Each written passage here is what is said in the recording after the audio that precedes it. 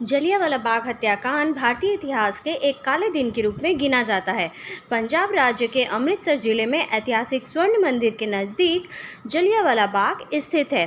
13 अप्रैल 1919 का समय था जब जलियांवाला बाग में जमा हजारों निर्दोष भारतीयों पर अंग्रेज़ों ने अंधाधुंध गोलियां चलवाकर उनकी हत्या करवा दी।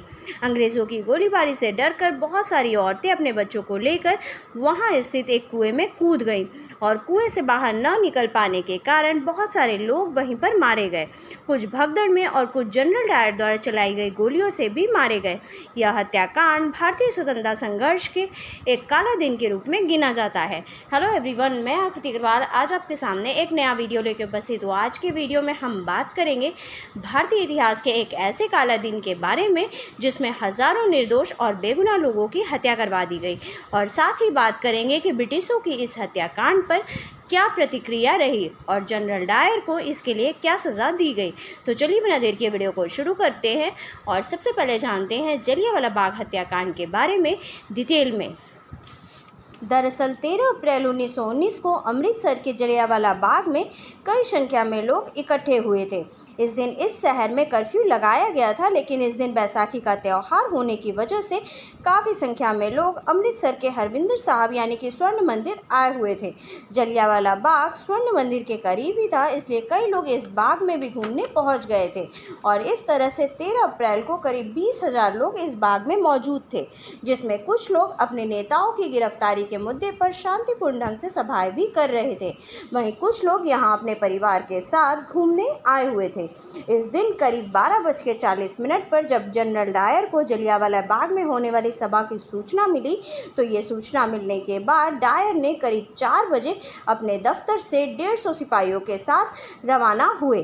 डायर को लगा कि ये सभा दंगा फैलाने के मकसद से की जा रही थी और इसीलिए उसने इस बाग में पहुंचने के बाद बिना किसी चेतावनी को दिए अपने सिपाहियों को गोली चलाने का आदेश दे दिया। कहा जाता है कि इन सिपाहियों ने करीब 10 मिनट तक गोलियां चलाई। वहीं गोलियों से बचने के लिए लोग भागने और दौड़ने लगे, लेकिन इस बाग के मुख्य दरवाजे को भी सैनिकों द्वारा बंद करवा दिया गया था। ऐसे में कई लोग अपनी जान बचाने के लिए वहां उपस्थित कुएं में कूद गए, लेकिन गोलियां थमने का नाम नहीं ले रही थी। ब्रिटिश सरकार के मुताबिक इस नरसंहार में 370 के करीब लोगों की जान गई थी, जबकि कांग्रेस पार्टी के मुताबिक इस हादसे में करीब 1000 लोगों की हत्या कर दी गई थी और 1500 से भी ज़्यादा लोग घायल हुए थे।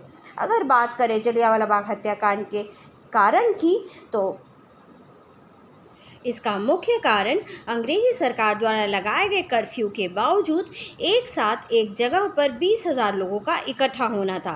भारतीय एक साथ इसलिए इकट्ठा हुए थे क्योंकि उस दिन बैसाखी का त्यौहार था और त्यौहार मनाने लोग स्वर्ण मंदिर गए हुए थे, तो जलियांवाला बाग में भी भ्रमण करने पहुंच गए थे। इसके अलावा कुछ लोग शांतिपूर्ण ढंग से सभाएं भी कर रहे थे और ब्रिटिश सरकार को लगा कि उनके खिलाफ कोई साजिश की जा रही है।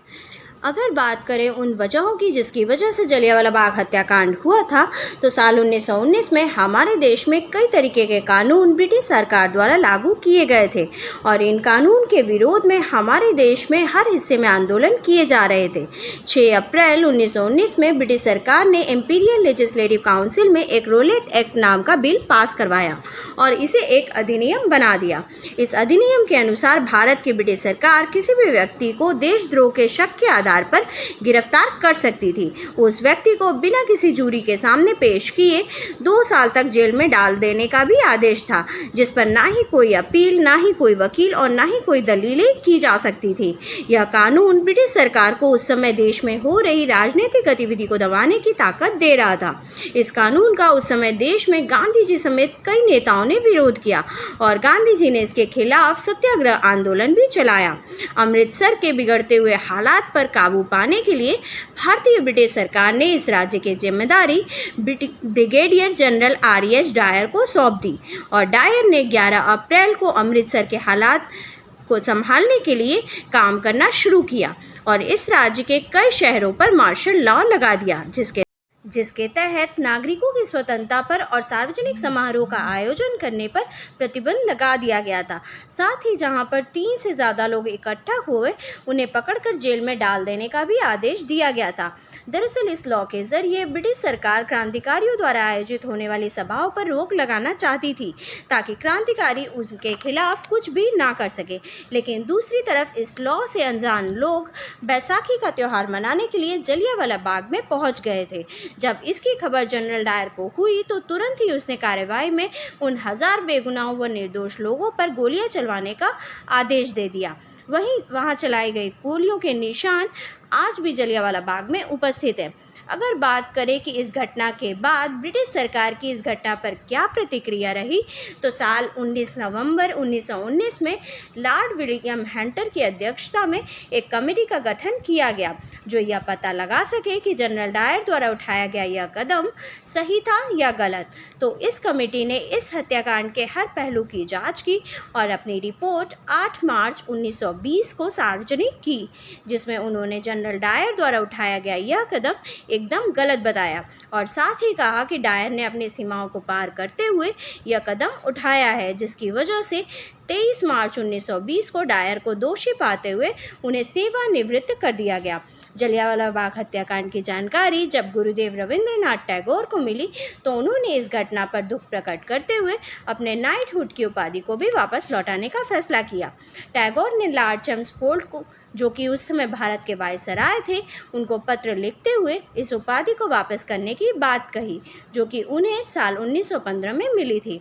आज के वीडियो में बस इतना ही। For more such interesting video like and subscribe my channel. Thank you. Bye bye.